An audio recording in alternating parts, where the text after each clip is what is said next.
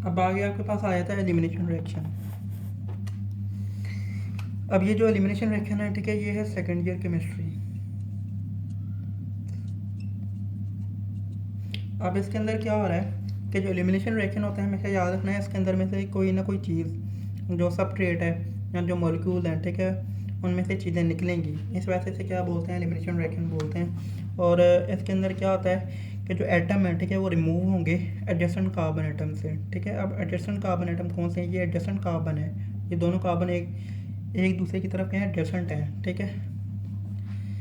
तो atom remove होते हैं कौन से कार्बन से? एडजेसेंट कार्बन से, पहला पॉइंट। दूसरा पॉइंट क्या है कि ये वाला जो एलिमिनेशन रिएक्शन है, ठीक है, ये एडिशन रिएक्शन के बिल्कुल रिवर्स होता है, उल्टा होता है, ठीक है। और इसके अंदर क्या होगा कि ये जो एलिमिनेशन रिएक्शन है, ठीक है, इसे आप डीहाइड्रो हैलोजिनेशन रिएक्शन भी बोलते हैं। जो एलिमिनेशन रिएक्शन है इसे क्या बोलेंगे? डीहाइड्रो हैलोजिनेशन रिएक्शन भी बोलेंगे, क्योंकि इसके अंदर एक हाइड्रोजन रिमूव होती है और हैलोजन भी रिमूव होती है। इस वजह से ये जो एलिमिनेशन रिएक्शन है इसे क्या बोला जाता है? डीहाइड्रो हैलोजिनेशन रिएक्शन बोला जाता है, ठीक है। आगे उसके बाद क्या होगा कि आपके पास एलिमिनेशन रिएक्शन के अंदर जो सबस्ट्रेट वाला मॉलिक्यूल है, ठीक है, उसके अंदर जो हैलोजन है वो अल्फ़ा कार्बन से रिमूव होगी और जो हाइड्रोजन है, ठीक है, वो बीटा कार्बन से रिमूव होगी। अब अल्फ़ा कार्बन कौन सी है? अल्फ़ा कार्बन वो जो कि डायरेक्टली हैलाइड के साथ या किसी फंक्शनल ग्रुप के साथ अटैच होती है, इसे हम क्या बोल देते हैं? अल्फ़ा कार्बन बोल देते हैं। और जो बीटा कार्बन होती है, ठीक है, वो बीटा कार्बन वो वाली कार्बन जो कि अल्फ़ा कार्बन के साथ अटैच है, ठीक है, उसे हम क्या बोलेंगे? बीटा कार्बन बोलेंगे। आगे आपने देखना है कि आपके पास इस एलिमिनेशन रिएक्शन के अंदर क्या होता है कि दो स्ट्रॉन्ग सिग्मा बॉन्ड ब्रेक होते हैं और दो ही जो बॉन्ड है पाई वाले वो बनेंगे, लेकिन जो दो न्यू पाई बॉन्ड बनेंगे, ठीक है, वो क्या होंगे? वीक होंगे। इसके बाद आगे आपके पास आ जाता है कि जो सैचुरेटेड कंपाउंड है, ठीक है, एलिमिनेशन रिएक्शन के अंदर क्या होता है कि जो सैचुरेटेड कंपाउंड है, ठीक है, वो अनसैचुरेटेड कंपाउंड के अंदर कन्वर्ट हो जाते हैं, ठीक है। अब देखें ये वाला जो कंपाउंड है एग्जांपल के तौर पे ये आपके पास सैचुरेटेड कंपाउंड है और ये कन्वर्ट होगा किसके अंदर? अनसैचुरेटेड कंपाउंड के अंदर, ठीक है। अब इस एग्जांपल के अंदर देखें कि ये आपके पास एक कंपाउंड है और ये वाली आपके पास अल्फ़ा कार्बन है और ये वाली जो कार्बन है, ठीक है, ये बीटा कार्बन है। क्यों ये अल्फ़ा कार्बन क्यों है? ये अल्फ़ा कार्बन इस वजह से क्योंकि इसके साथ हाइड्रोजन लगा हुआ है। और ये बीटा कार्बन क्यों है? क्योंकि ये बीटा कार्बन जो है, ठीक है, उस कार्बन के साथ अटैच है जिसे हम अल्फ़ा कार्बन बोल रहे हैं। अब ये जो अल्फ़ा कार्बन है, ठीक है, इससे क्या रिमूव होना है? Cl रिमूव होना है। और जो बीटा कार्बन है, ठीक है, इससे क्या रिमूव होगा? हाइड्रोजन रिमूव होगी। अब देखें कि यहाँ से भी एक Cl बॉन्ड, यहाँ से Cl बॉन्ड टूटा है और यहाँ से हाइड्रोजन बॉन्ड टूटा है। तो ये जो दो बॉन्ड है, ठीक है, यहाँ पे दो इलेक्ट्रॉन खाली हो रहे हैं और वो जो इलेक्ट्रॉन है, ठीक है, यहाँ पे एक और बॉन्ड बना देंगे जो कि आपको इस फॉर्म में नज़र आएगा, CH2 डबल बॉन्ड CH2, ठीक है, और साथ में एक Cl, क्योंकि यहाँ से जो हाइड्रोजन निकला है वो इसके साथ Cl के साथ बॉन्ड बना लेगा, इस वजह से यहाँ पे मैंने HCl लिखा है। आगे आपके पास आ जाता है, हम अब आगे देखेंगे मैकेनिज्म E1 की एंड E2 की।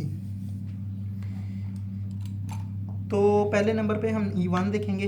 E1 रिएक्शन जो होते हैं, ठीक है, ये दो स्टेप में होते हैं और जो E2 रिएक्शन है, ठीक है, वो एक ही स्टेप में होता है। और E1 जो रिएक्शन है, ठीक है, उसके अंदर क्या होता है कि टर्शरी अल्काइल हैलाइड में, ठीक है, इन्वॉल्व होंगे। सेकंड पॉइंट क्या लिखेंगे कि ये आपके पास टर्शरी अल्काइल हैलाइड है, ठीक है। और क्या हो रहा है कि ये यहाँ से जो Cl बॉन्ड टूटेगा, जब Cl बॉन्ड टूटेगा तो आपके पास ये वाला स्ट्रक्चर बन जाएगा, Cl सेपरेट हो चुका हुआ है। और ये वाला जो स्टेप है, क्योंकि आपको बताया कि जो E1 रिएक्शन है 2 स्टेप में होता है, तो आपके पास ये वाला जो स्टेप है जिसके अंदर Cl सेपरेट हो रहा है टर्शियल अल्काइल हैलाइड से, ये स्लो है। अब इसका सेकंड स्टेप देखें। इसका जो सेकंड स्टेप है ये वाला E1 का जो सेकंड स्टेप है, ठीक है, इसके अंदर क्या होता है? सेकंड स्टेप में ये हो रहा है कि जो आपके पास जो बेस है, अब E2 रिएक्शन में क्या होगा, सॉरी E1 रिएक्शन में क्या हो रहा है कि आपके पास यहाँ पे जो बेस लगी हुई है OH जो है, ठीक है, ये जो पिछले हमने रिएक्शन पढ़े थे उनके अंदर क्या कर रहा था? एज अ न्यूक्लियोफाइल एक्ट कर रहा था। लेकिन ये जो एलिमिनेशन रिएक्शन है इसके अंदर OH जो है, ठीक है, एज अ बेस एक्ट करती है। और बेस जो है, ठीक है, हमेशा आपको पता है कि ये हाइड्रोजन को अपनी तरफ अट्रैक्ट करेगी जिससे वाटर बनेगा। इस वजह से मैंने क्या लिखा हुआ है यहाँ पे, सेकंड स्टेप के अंदर जो बेस जो कि OH है, ठीक है, ये एज अ ड्रैगर काम करेगी, ड्रैग करेगी किसे? हाइड्रोजन को अपनी तरफ और वाटर बना देगी। कैसे? अब ये वाला आपके पास वो वाला टर्शियरी अल्काइल हैलाइड है जिसके अंदर से Cl रिमूव हो गया हुआ है और इसका ये एक बॉन्ड लेफ्ट पड़ा हुआ है। अब ये जो OH है, ठीक है, ये अटैक करेगा किसके ऊपर, इस हाइड्रोजन के ऊपर। तो इस CH3 में से एक जो हाइड्रोजन है निकल के इसके पास चला जाएगा और आपके पास यहाँ पे क्या बन रहा है, वाटर बन रहा है। ठीक है, अब आपको पता है ये वाला जो बॉन्ड लेफ्ट पड़ा हुआ था, खाली पड़ा हुआ था, ये बॉन्ड किसके साथ बन जाना है, इस कार्बन के साथ बन जाना है और इस वजह से यहाँ पे आपके पास ये स्ट्रक्चर बन रहा है ये। अब ये अनसैचुरेटेड कंपाउंड है, ठीक है, और ये सैचुरेटेड कंपाउंड। तो आपको बताया था कि एलिमिनेशन रिएक्शन के अंदर सैचुरेटेड कंपाउंड में अनसैचुरेटेड के अंदर कन्वर्ट हो जाते हैं। अब जो E2 रिएक्शन है, ठीक है, E2 रिएक्शन के अंदर क्या होना है कि एक स्टेप होता है और एक स्टेप में बॉन्ड टूटेगा और एक ही स्टेप में जो बॉन्ड है वो बनेंगे। ठीक है, एक ही स्टेप में बॉन्ड टूटते हैं और एक ही स्टेप में बॉन्ड बनते हैं। अब देखिए यहाँ पे आपके पास ये कंपाउंड है, यहाँ से लेके यहाँ तक Cl तक। अब ये वाला जो OH है, ठीक है, ये OH जो कि एज अ बेस काम करेगा और एज अ हाइड्रोजन ड्रैगर काम करेगा। ठीक है, ये OH इसके ऊपर यहाँ पे इस हाइड्रोजन के ऊपर अटैक करने जा रहा है। जब OH इस हाइड्रोजन के ऊपर अटैक करेगा तो यहाँ से एक हाइड्रोजन निकल जानी है। यहाँ से क्या होगा, एक हाइड्रोजन निकल जाएगी, इस वजह से मैं यहाँ पे लिख देता हूँ ये 2 रिमूव कर दिया। तो जब यहाँ से एक हाइड्रोजन निकली और इस OH के साथ जाके अटैच हुई तो आपके पास क्या बना, यहाँ पे वाटर बन गया। ठीक है, पहली चीज़। अब दूसरी चीज़ क्या हो रही है, दूसरी चीज़ यहाँ पे जो Cl है, ठीक है, वो रिमूव हो जाएगा। अब जब Cl रिमूव होगा तो ये जो Cl रिमूव हो रहा है, ठीक है, अब ये वाला बॉन्ड भी पड़ा हुआ है और एक ये वाला बॉन्ड भी पड़ा हुआ है। ये दोनों बॉन्ड कहाँ पे आ जाएंगे, यहाँ पे आ जाएंगे। ठीक है, क्योंकि कार्बन के पास यहाँ पे भी एक इलेक्ट्रॉन है पड़ा हुआ है खाली और यहाँ पे भी इस कार्बन के साथ भी एक जो इलेक्ट्रॉन है पड़ा हुआ है। तो ये दोनों इलेक्ट्रॉन, ठीक है, वो यहाँ पे एक बॉन्ड बना देंगे तो यहाँ पे दरमियान में डबल बॉन्ड नज़र आएगा। ये किस तरह से, इसे ज़रा गौर से देख लेते हैं दोबारा से। ये आपके पास CH3, ठीक है, ये आपके पास था CH2 और ये CH2 फिर Cl और ये। अब क्या हुआ कि मैंने कहा था कि ये जो हाइड्रोजन है, ये जो OH है बेस, ये इस हाइड्रोजन के ऊपर अटैक करेगी। ठीक है, तो यहाँ से एक हाइड्रोजन निकलेगा, इसके अंदर ऐड होगा और वाटर बनेगा।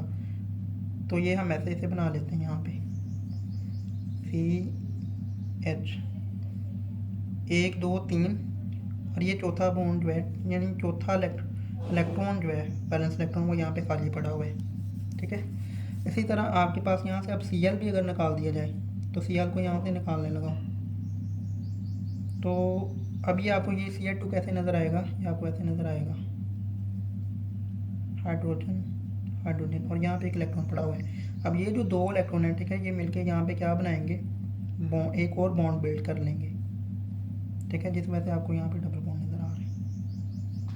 इसके अंदर कोई कन्फ्यूजन नहीं तो आपने बता दिया, क्योंकि E2 रिएक्शन के अंदर आपको बताया था कि बॉन्ड बनेगा भी, एक ही स्टेप में बॉन्ड बनेगा भी, एक ही स्टेप में जो बॉन्ड है, ठीक है, वो टूटेगा भी। ठीक है, अब यहाँ पे देखें कि एक नया बॉन्ड बन रहा है। ये देखें, पहले यहाँ पे एक था, एक और बॉन्ड बना भी और टूटा कौन सा है, टूटा वो Cl वाला है। ठीक है, अल्लाह हाफिज़।